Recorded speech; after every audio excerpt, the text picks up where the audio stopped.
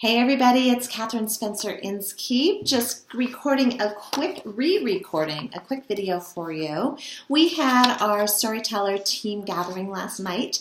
We hold those on the first Sunday of the month, first Sunday of the month at 9 o'clock Eastern Time. Last night was March 4th. It was also the Oscars. So some people weren't able to make our call, but we did have a great group of consultants who jumped on. Unfortunately, there was distortion in the recording, and you couldn't hear what I was saying the whole time. So I said that I would re-record. My topic for last night was how to be a red carpet booking winner, and that's what I'm going to share with you today. I will end the call with a new Show Up and Go Up winner. The winner that was selected fessed up that she had to jump off the call and didn't feel right about collecting a prize that's all about showing up and going up, and we appreciate that so much, just her honesty, and we have drawn a new winner for that.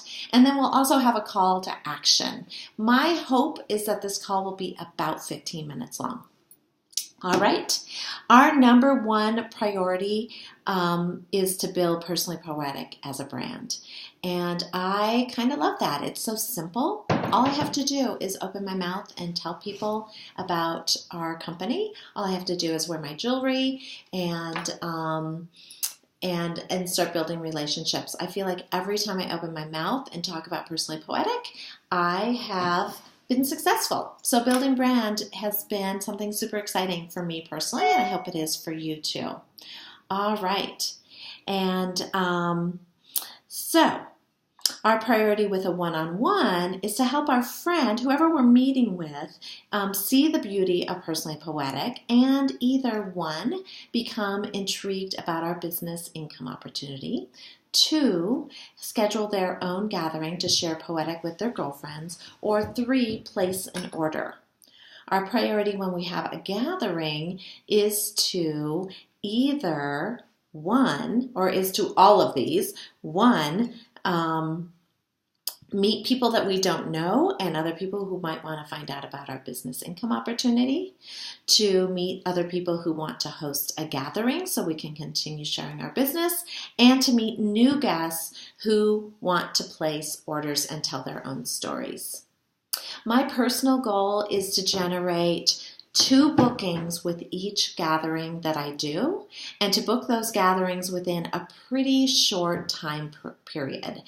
Because I've learned that gatherings booked in close are always my best gatherings. You might wonder why. I think it's because my hostesses are more excited. I like to capitalize on that excitement. That's why I like it when I'm able to help a new teammate come on board right away. Once they make the decision that they want to join us, I want them to sign up right away, because that is when their excitement is highest, and that's when I know they're going to be the most successful. If I have 3 bookings on my calendar and I generate 2 bookings from each of those bookings that I hold, I will then have a total of 6 bookings. If I then generate 2 more bookings from each of those 6 bookings, then I have a total of 18 bookings within about an 8 to 12 week period. If I earn $200 from each of those bookings, I've quickly earned very good money, plus bonuses on my productivity, and I'm not really concerned if I have a booking cancel. When I only have 2 or maybe 3 or even 1 booking on my calendar, I might feel stressed out, because what if that one gathering or one of those very few gatherings cancel? And that's why I think it's really important to have a strong booking calendar and to really put forth the effort required to get people on my calendar so that I feel very strong, and then it just starts flowing very easily. Of course, make sure when you're at the gathering or out and about that you are planting seeds about how much Personally Poetic resonates with your friend group and the people you meet, with how grateful we are for the opportunity to share our unique jewelry with people, how easy it is to host a gathering, how we love our pieces, that our pieces are unique and exclusively created, our artisan story. Those are all things that resonate with people when we talk to them. So we want to make sure that we're doing that. We're we're just sharing about poetic, that is planting seeds, because that's getting the little wheels turning for people. All right, I have a couple tips for you. My first tip is, before I start into the actual meat of my training, is know your schedule always, every single day. And anytime you leave the house or get on the phone, make sure you know what your availability is.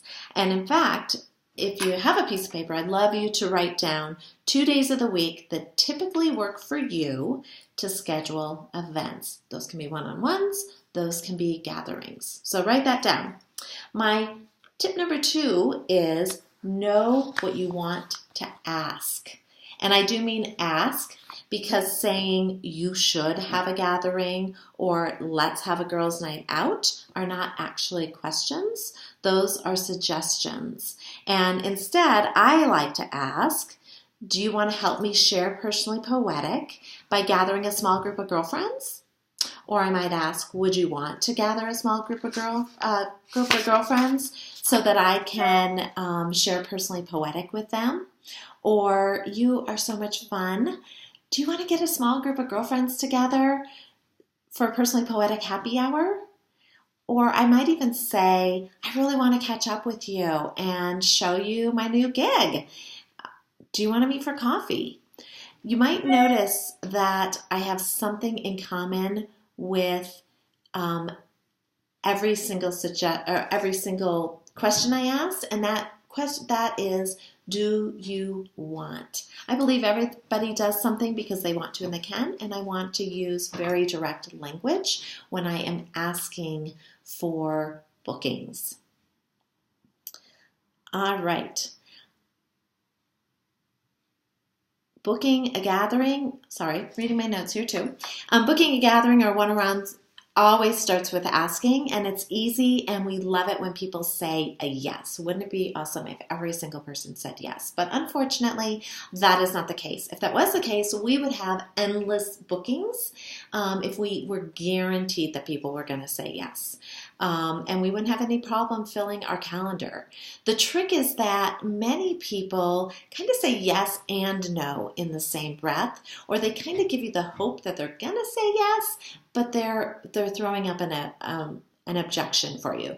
So being successful at booking is actually really being successful at your ability to overcome objections. And that's what I'm really going to teach you tonight. So tip number 3, people like to do business with their friends, and they like to book from friends. They are inviting you into their home with their friend group, and they want to make sure that you are the type of person that they enjoy having around. So I think it's really important that we make friends when we're out and about. And friends are always helpful and they're not pushy. So I'm going to teach you a technique to help you overcome objections that you might face when asking for a booking that helps you be helpful and not pushy. Just as an aside, psychologically, the transaction is over when you hand the receipt to your guest. So everything you want to say must be said before you hand her the receipt. For example, any specials, free shipping, asking if she wants to learn about the business, asking if they want to have their own gathering. All of that has to be done before you physically hand her the piece of paper. Once you've handed her that piece of paper, she has literally checked out. And she is not thinking about hosting any longer. She's thinking about getting a drink with her friends or running home to her family. But she's not, once you give it to her, is not the time to say, oh, by the way, I have some questions for you. So I want to ask any question I have before I give her the final receipt. I typically am planting the seeds the whole night. I'm asking her in lots of different ways if she wants to hosts a gathering, or if she wants to know more about the business, I'm planting those seeds. And then as she is checking out, I'm going to ask her a couple very specific things. Now, before I share what those specific things are, I am going to share a little technique I use for overcoming objections. And that technique is based on the word HEAR, HEAR. So if you have a piece of paper, write that down, and I will tell you what HEAR stands for. The H actually stands for hear. It means to truly and really listen to what your prospect is saying. All good conversation starts with listening. And the problem is that too many times people rush in to provide solutions without actually listening to what the problem is. And for sure, pushy people rush ahead and offer solutions without finding out if they are facing an obstacle or an objection. So an obstacle is when the prospect wants to do something, but something is standing in the way that has to be overcome. An objection is when the prospect is objecting to doing what we are asking them. The next letter, E, is for empathy. We want to empathize with the prospect and to restate what her objection is. A is for ask. We want to ask questions. And you must ask before you handle objections because, again, if you are not engaging in conversation, if you're just mowing through and providing solutions, that's actually, you don't mean to be pushy, but you are being pushy. So pushy people rush ahead and offer those solutions without finding out what the objection is, and that's why we have to ask. So when I ask, it might be something like, can I ask you a question? Or if it weren't for that, is that something you'd want to do?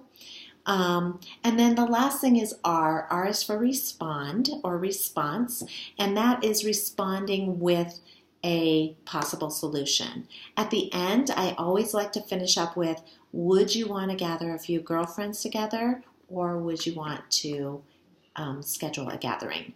So I had a little script last night, and my dear friend Kat was helping me. She was not available. We weren't available in the same time frame together. And because I'm traveling this week, I needed to get this done. Okay.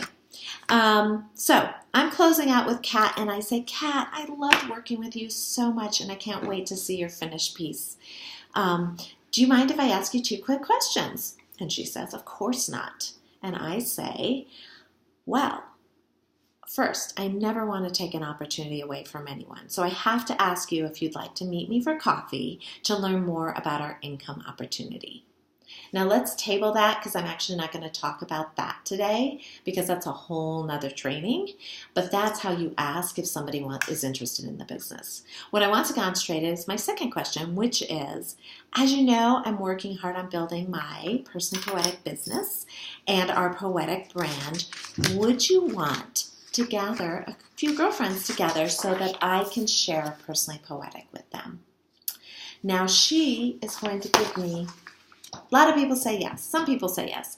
But we're concentrating on objections. So she's going to say, oh, Catherine, I love the piece I created tonight, but I don't know enough people. I'm going to empathize with her. This is the E. Kat, I totally understand. You feel like you don't know enough people. Do you feel like you don't know enough people to have a successful gathering? I'm giving her empathy. She responds with, yes, I'm sorry, right? She wants to help me, but this is an objection. And I then respond with, may I ask you a question? And she says, of course. And I then respond with my response, the R.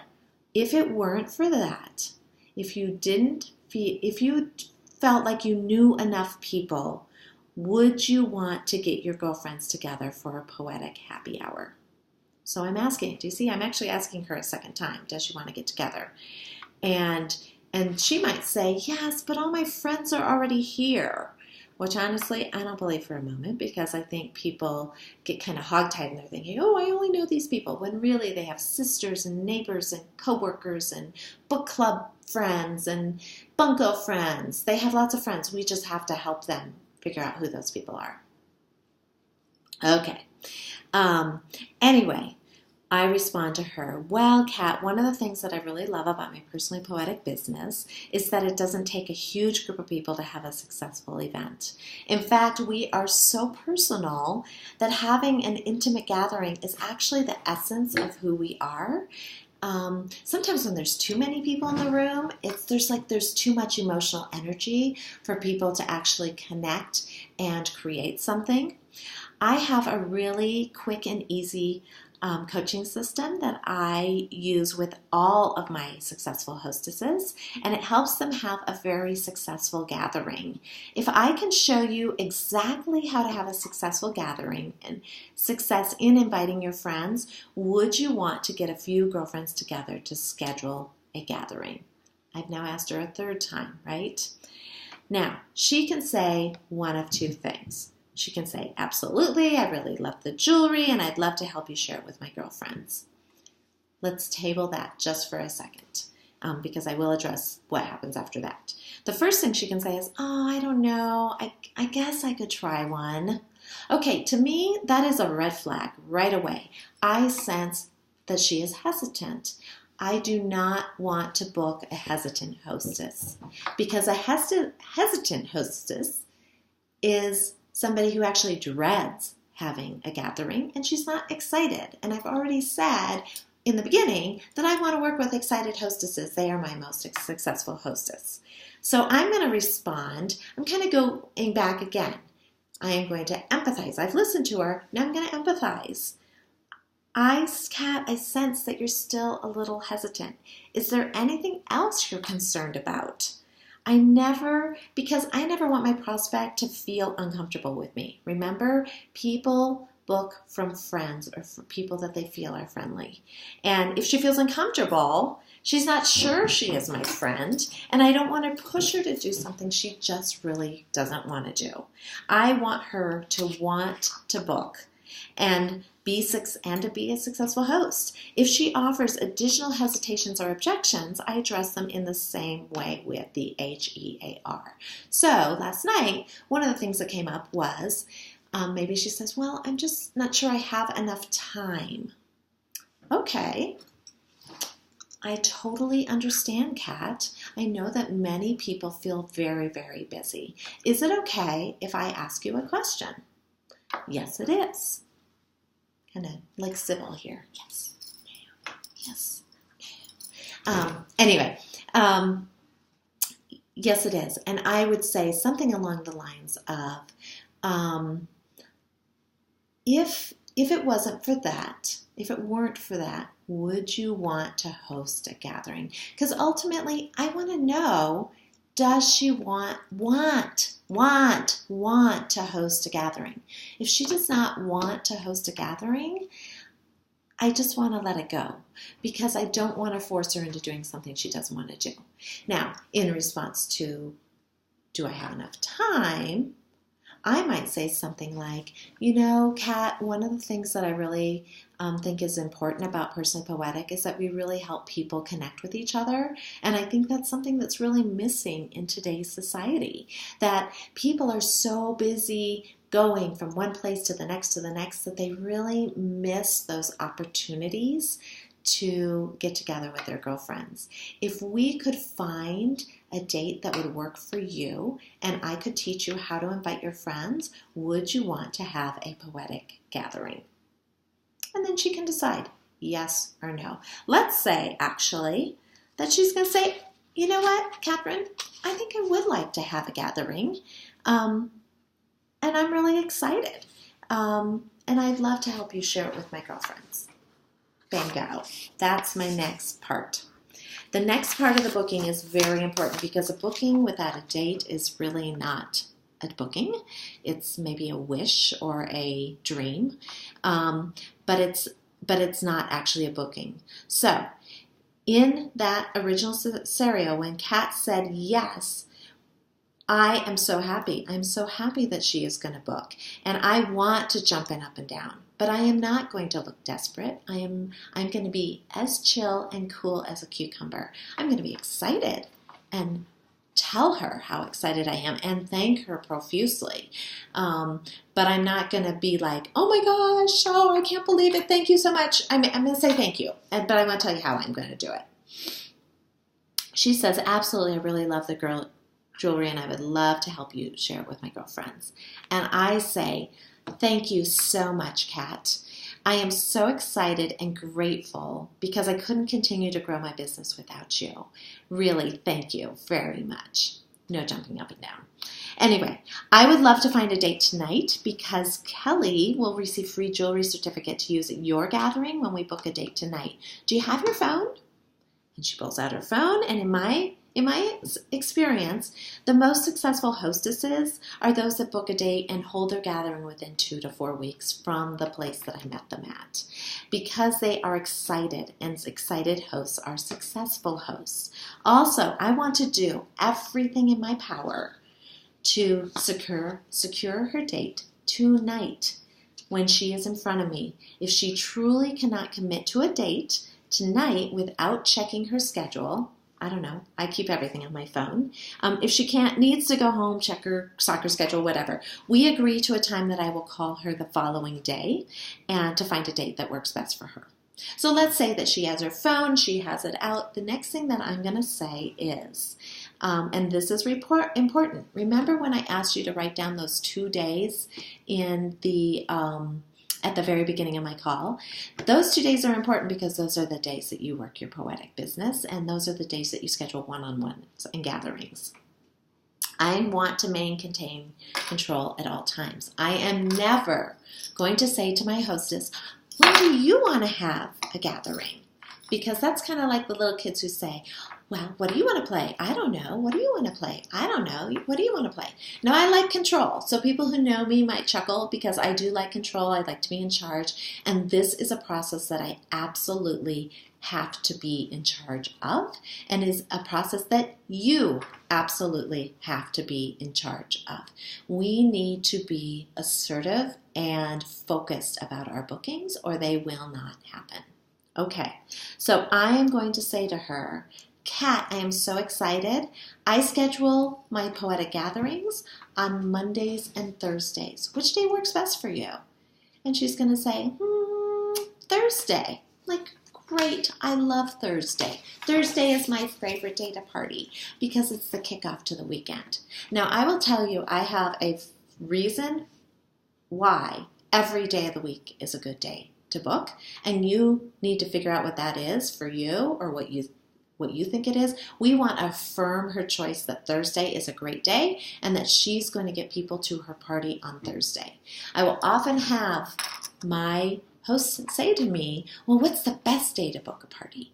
And I say, the best day is the day that you and I are both available and that you are excited, because that is the number one thing that gets people to the party. So I say I love Thursdays. I look at my calendar. I don't actually show it to her. I'm just looking at my calendar. I know it's open. I know it's not open. She doesn't need to see my kids' dental appointments, or that I'm going on vacation, or that I can't work that next Thursday because it's my husband's birthday. She doesn't need to know any of that. All she needs to know is my next available Thursday. So I will say my next available Thursday is March 9th. Whatever that day is, I'm going to give it to her. And then I'm going to shut my mouth and let her decide if she wants that booking or not. I'm not going to offer her multiple dates. I'm going to offer her one date to choose from. So I kind of think of this as like the Montessori booking method. Montessori schools where your kids go to school and it's all about choices, but really they only get 1 or 2 choices. Like, do you want to do this or this? They never get like the whole calendar full of choices. And I want to do that same thing. So I say to her, I book Mondays and Thursdays. Which day works best for you? She says Thursdays. I say, awesome. My first available Thursday is March 9th. And I let her decide to respond. And she can say, let me see. Yeah, that's perfect. Let's do that. I'm like, great. Or she can say, and if she says yes, I say, great. Do you want to start at 6:30 or 7? Or maybe I only have one start time. I say, I start at 7. Does that work for you? If it doesn't work for her, then we can always negotiate our best start time. But if she says, oh, I'm sorry, it's my husband's birthday, and I'm like, no worries. My next available Thursday is March 22nd. Whatever that is, I'm going to tell her. If we go through several and we can't find a Thursday, that's, if we're getting into like April, May, June, and we can't find a Thursday, then I want to circle back around to find a date in close. Why do I want to book in close? Because I want to meet her friends sooner rather than later. If I am waiting to book her 3 months out, absolutely, if that's when she can do it and we've gone through everything and she can't do anything earlier, I will pencil her into my calendar with the making sure that she knows that I will follow up with her about a month before just to make sure our date is still good. Okay, so it goes and so on and so on. Every objection that I face is I want to hear what they're saying. I'm a good listener. I'm going to empathize with them. I ask them a question. Can I ask them something? And then I provide a solution. And then I ask them, would you want to book? If we can solve these things, would you want to book? So anyway, I hope you feel like you have the tools to walk the red carpet and take home the Oscar when you're booking your future gatherings. Karen did a really sweet show up and go up last night. She had an envelope and she said the winner is, and she pulled out a name. And our new winner is Sharon Rogers. So congratulations, Sharon. I'm so glad you're on the call last night. We do have a call to action. I want you to pick the level you want to earn in our Spring into Action incentive and start reaching out to book one-on-ones and gatherings. Don't forget, we have the Spring into Action, our corporate incentive where you can earn rewards at $600, $2,000, and $3,500 submitted. And we have our March Madness team promotion with one-on-ones where we choose a winner every single week on Saturday mornings during March, and at the end of the month we will draw one guest who will earn a $100 gift certificate. So that was definitely more than 15 minutes. We're really closer to 25. Thank you for coming. If you have questions, feel free to message me, and I hope you have a great day. Bye.